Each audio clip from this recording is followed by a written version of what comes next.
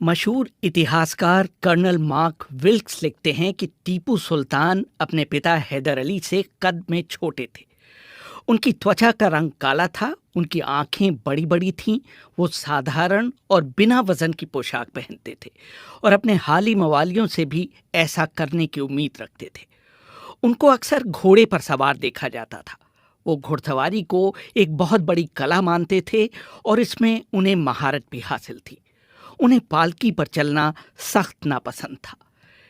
टीपू सुल्तान की शख्सियत की एक झलक ब्रिटिश लाइब्रेरी में रखी एक किताब an account of Tipu Sultan's court में भी मिलती है, जिसे उनके मुंशी मोहम्मद कासिम ने उनकी मौत के बाद एक अंग्रेज इतिहासकार को दिया था। टीपू मझोले कद के थे, उनका माथा चौड़ा था, वो सिलेटी आंखों, ऊंची नाक और पतली कमर के मालिक थे। उनकी मूछें छोटी थीं और दाढ़ी पूरी तरह से कटी हुई थी। Victoria and Albert museum London में उनका एक चित्र रखा हुआ है जिसमें वो हरी पगड़ी पहने हुए हैं, जिसमें एक रूबी और मोतियों का सरपेच लगा हुआ है। उन्होंने हरे रंग का जामा पहन रखा है जिसमें शेर की धारियां दिखाता कमरबंद लगा हुआ है। उनकी बाह में एक बेल्ट है जिसमें लाल म्यान के अंदर एक तलवार लटक रही है।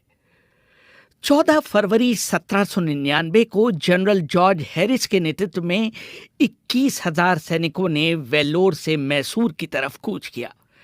20 मार्च को अंबर के पास कर्नल वेलेस्ली के नेतृत्व में 16,000 और सैनिकों का दल इस सेना में आ मिला था।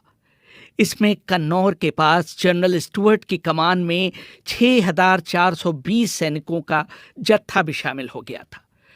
इन सब ने मिलाकर टीपू सुल्तान के सेरिंगापटम पर चढ़ाई कर दी थी। मशहूर इतिहासकार जेम्स मिल अपनी किताब the history of British India में लिखते हैं, ये वही टीपू सुल्तान थे जिनके आधे साम्राज्य पर 6 साल पहले अंग्रेजों ने कब्जा कर लिया था। उनके पास जो जमीन बची थी उससे उन्हें सालाना 1 करोड़ रुपए से थोड़ा अधिक राजस्व मिलता था, जबकि उस समय भारत में अंग्रेजों का कुल राजस्व 90 लाख पाउंड स्टर्लिंग यानी 9 करोड़ रुपए था। धीरे धीरे उन्होंने सेरिंगापटम के किले पर घेरा डाला और 3 मई 1799 को तोपों से गोलाबारी कर उसकी प्राचीर में एक छेद कर दिया। एक और इतिहासकार एस.आर. लशिंगटन अपनी किताब लाइफ ऑफ हैरिस में लिखते हैं, हालांकि छेद इतना बड़ा नहीं था, लेकिन तब भी जॉर्ज हैरिस ने उसके अंदर अपने सैनिक भेजने का फैसला किया। असल में उनके पास कोई विकल्प भी नहीं था। उनकी रसद खत्म हो चुकी थी और उनकी सेना करीब करीब भुखमरी के कगार पर थी। बाद में हैरिस ने कैप्टन माल्कम से खुद स्वीकार किया कि मेरे तंबू पर तैनात अंग्रेज संतरी खाने की कमी और थकान से इतना कमजोर हो चुका था कि अगर आप उसे जरा सा धक्का दे दें तो वो नीचे गिर जाए। 3 मई की रात करीब 5,000 सैनिक, जिसमें करीब 3,000 अंग्रेज थे, खाइयों में छिप गए ताकि टीपू के सैनिकों को उनकी गतिविधि के बारे में पता न चल सके। जैसे ही हमले का समय करीब आया, टीपू सुल्तान से दगा करने वाले मीर सादिक ने टीपू के सैनिकों को तनख्वाह देने के बहाने पीछे बुला लिया। एक और इतिहासकार मीर हुसैन अली खां किरमानी अपनी किताब हिस्ट्री ऑफ टीपू सुल्तान में कर्नल मार्क विल्क्स के हवाले से लिखते हैं, टीपू के एक कमांडर नदीम ने वेतन का मुद्दा उठा दिया था, इसलिए प्राचीर के छेद के पास तैनात टीपू के सैनिक उस समय पीछे चले गए थे जब अंग्रेजों ने हमला बोला था। इस बीच टीपू के एक बहुत वफादार कमांडर सईद गफ्फार अंग्रेजों की तोप के गोले से मार दिए गए। किरमानी लिखते हैं कि जैसे ही गफ्फार की मौत हुई, किले से गद्दार सैनिकों ने अंग्रेजों की तरफ सफ़ेद रुमाल हिलाने शुरू कर दिए। ये पहले से तय था कि जब ऐसा किया जाएगा तो अंग्रेज सैनिक किले पर हमला बोल देंगे। जैसे ही ये सिग्नल मिला, अंग्रेज सैनिकों ने नदी के किनारे की तरफ बढ़ना शुरू कर दिया, जो वहां से सिर्फ 100 गज दूर था। नदी भी करीब 280 गज चौड़ी थी, जिसमें कहीं टखने तक पानी तो कहीं कमर तक पानी था। मेजर अलेक्जेंडर एलन अपनी किताब an account of the campaign in Mysore में लिखते हैं, हालांकि किले से अंग्रेजों के बढ़ते हुए सैनिकों को आसानी से तोपों का निशाना बनाया जा सकता था, लेकिन तब भी खाइयों से निकलकर कुछ सैनिकों ने मात्र 7 मिनटों के अंदर किले की प्राचीर के तोप से हुए छेद पर ब्रिटिश झंडा फहरा दिया था। छेद पर कब्जा करने के बाद ब्रिटिश सैनिक दो हिस्सों में बंट गए। बाईं तरफ बढ़ने वाले कॉलम को टीपू के सैनिकों के कड़े प्रतिरोध का सामना करना पड़ा। टीपू के सैनिकों के साथ आमने सामने की लड़ाई में कॉलम के लीडर कर्नल डनलप की कलाई पर तलवार के वार से बड़ा घाव हो गया। इसके बाद टीपू के सैनिकों ने कॉलम के सैनिकों का आगे बढ़ना रोक दिया।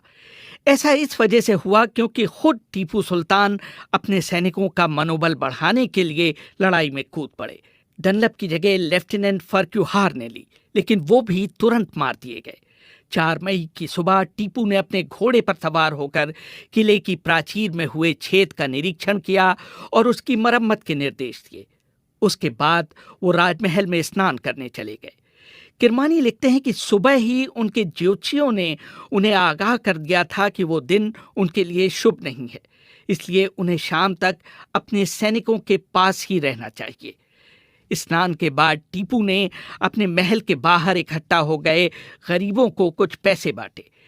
चेनापटना के मुख्य पुजारी को उन्होंने एक हाथी, तिल का एक बोरा और 200 रुपए दान दिए।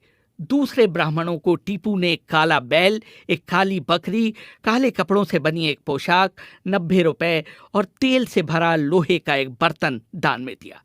इससे पहले उन्होंने लोहे के बर्तन में रखे तेल में अपनी परछाई देखी। उनके ज्योतिषियों ने उन्हें बताया था कि ऐसा करने से उन पर आने वाली विपत्ति टल जाएगी। फिर उन्होंने राजमहल लौटकर रात का खाना खाया। उन्होंने अपना खाना शुरू ही किया था कि उन्हें अपने करीबी कमांडर सईद गफ्फार की मौत की खबर मिली। गफ्फार किले के पश्चिमी छोर की सुरक्षा देख रहे थे। लेफ्टिनेंट कर्नल अलेक्जेंडर बीटसन अपनी किताब a view of the origin and conduct of the war with Tipu Sultan में लिखते हैं, टीपू ये समाचार सुनते ही भोजन के बीच से ही उठ गए। उन्होंने हाथ धोए और घोड़े पर सवार होकर उस जगह चल पड़े जहां किले की प्राचीर पर छेद हुआ था। लेकिन उनके पहुंचने से पहले ही अंग्रेजों ने वहां अपना झंडा फहरा दिया था और अब वो किले के दूसरे इलाकों में बढ़ रहे थे। बीटसन आगे लिखते हैं, इस लड़ाई में टीपू ने अधिकतर लड़ाई सामान्य सैनिक की तरह पैदल ही लड़ी, लेकिन जब उनके सैनिकों का मनोबल गिर गया तब वो घोड़े पर सवार होकर उनकी हिम्मत बढ़ाने की कोशिश करने लगे। मार्क विल्क्स लिखते हैं, अगर टीपू चाहते तो वो लड़ाई के मैदान से भाग सकते थे। उस समय किले के कमांडर मीर नदीम किले के गेट की छत पर खड़े हुए थे, लेकिन उन्होंने अपने सुल्तान की तरफ कोई ध्यान नहीं दिया। टीपू तब तक घायल हो चुके थे। जब टीपू किले के अंदरूनी गेट की तरफ बढ़े तो उनके बाएं सीने से एक गोली निकल गई। उनका घोड़ा भी मारा गया। उनके साथियों ने उनको पालकी पर बैठाकर युद्ध क्षेत्र से बाहर ले जाने की कोशिश की, लेकिन वो ऐसा नहीं कर पाए क्योंकि तब तक वहां कई लाशें बिछ चुकी थीं। मेजर अलेक्जेंडर एलन लिखते हैं कि उस समय उनके बॉडीगार्ड राजा खान ने उन्हें सलाह दी कि वो अंग्रेजों को अपना परिचय दे दें, लेकिन टीपू ने ये सलाह नामंजूर कर दी। उन्होंने अंग्रेजों के हाथों बंदी बनने के बजाय मौत का रास्ता चुना। टीपू सुल्तान के अंतिम समय का वर्णन करते हुए बीटसन लिखते हैं, तभी कुछ अंग्रेज सैनिक किले के अंदरूनी गेट में घुसे। उनमें से एक ने टीपू की तलवार की बेल्ट छीनने की कोशिश की। तब तक टीपू का काफी खून बह जाने की वजह से वो करीब करीब बेहोश हो गए थे। तब भी उन्होंने अपनी तलवार से उस सैनिक पर वार किया। फिर उन्होंने उसी तलवार से दूसरे अंग्रेज के सिर पर वार किया। वो वहीं धराशायी हो गया, लेकिन तभी एक अज्ञात अंग्रेज सैनिक ने टीपू पर तलवार से हमला किया। उसका उद्देश्य था टीपू की रत्न जड़ित तलवार को छीनना। उस समय उसको पता नहीं था कि उसने किस पर तलवार चलाई है। अंग्रेजों को पता नहीं था कि टीपू सुल्तान की मौत हो गई है। वो उनको ढूंढने उनके राजमहल गए। वहां उन्हें पता चला कि वो वहां नहीं है। टीपू का एक सिपह सलार उन्हें उस जगह ले गया जहां टीपू गिरे थे। वहां हर तरफ लाशें और घायल पड़े हुए थे। मशाल की रोशनी में टीपू सुल्तान की पालकी दिखाई दी। उसके नीचे टीपू के बॉडीगार्ड राजा खान घायल पड़े थे। उन्होंने उस तरफ इशारा किया जहां टीपू गिरे थे। बाद में मेजर अलेक्जेंडर एलन ने लिखा, जब टीपू के मृत शरीर को हमारे सामने लाया गया, उनकी आंखें खुली हुई थीं। उनका शरीर इतना गर्म था कि एक क्षण के लिए मुझे और कर्नल वेलेस्ली को लगा कि कहीं वो जिंदा तो नहीं है। लेकिन जब हमने उनकी नाड़ी और दिल को छुआ तो हमारी सभी आशंकाएं दूर हो गई। उनके शरीर पर 4 घाव थे, 3 शरीर पर और एक माथे पर। एक गोली उनके दाहिने कान में घुसकर उनके बाएं गाल में धंस गई थी। उन्होंने बेहतरीन सफेद लिनन का जामा पहन रखा था, जिसकी कमर के आसपास सिल्क के कपड़े से सिलाई की गई थी। उनके सिर पर साफा नहीं था और लगता था कि लड़ाई की आपाधापी में वो नीचे गिर गया था। उनके जिस्म पर कोई भी आभूषण नहीं था सिवाय एक बाजूबंद के। ये बाजूबंद वास्तव में एक चांदी की तावीज थी, जिसके अंदर अरबी और फारसी भाषा में कुछ लिखा हुआ था।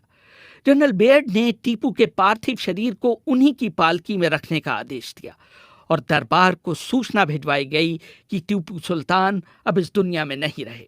उनका पार्थिव शरीर पूरी रात उनके ही दरबार में रखा गया। अगले दिन शाम को राजमहल से टीपू सुल्तान की शव यात्रा शुरू हुई। उनके जनाजे को उनके निजी सहायकों ने उठा रखा था। उसके साथ अंग्रेजों की 4 कंपनियां चल रही थीं। नेशनल लाइब्रेरी ऑफ स्कॉटलैंड में रखे दस्तावेज journal of war with Tipu में लिखा गया है, उनके जनाजे के ठीक पीछे शहजादा अब्दुल खलीक चल रहे थे।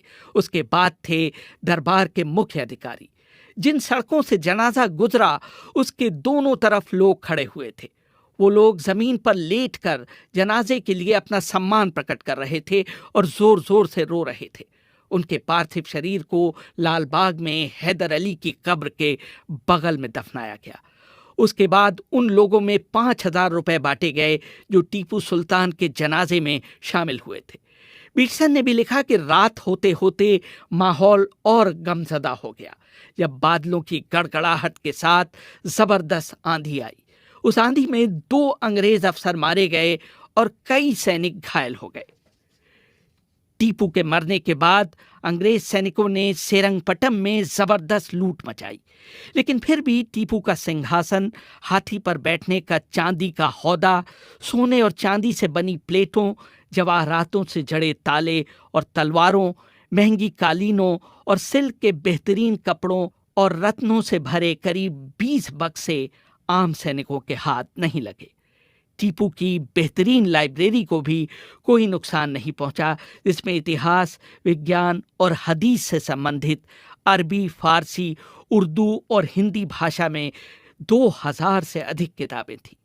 अंग्रेज सेना की तरफ से एक हीरे का स्टार और टीपू की एक तलवार वेलेस्ली को भेंट की गई। मेजर अलेक्जेंडर एलन ने अपनी किताब an account of the campaign in Mysore में लिखा, हैरिस ने टीपू की एक और तलवार बेयर्ड को भेंट में दी और सुल्तान के सिंहासन में जड़े बाघ के सिर को विंडसर कासल के खजाने में भेज दिया गया। टीपू सुल्तान और मुरारी राव की एक एक तलवारें लॉर्ड कॉर्नवालिस के पास यादगार के तौर पर भेजी गईं। तब तक अंग्रेजों के सामने टीपू से बड़ा प्रतिद्वंदी सामने नहीं आया था। उनके बाद अंग्रेजों के युद्ध कौशल को चुनौती देने वाला कोई नहीं बचा था। एक अंग्रेज पत्रकार पीटर ऑबर ने अपनी किताब rise and progress of British power in India में लिखा, टीपू की हार के बाद पूर्व का पूरा साम्राज्य हमारे पैरों पर आ गिरा था। रेहान फजल, BBC, दिल्ली।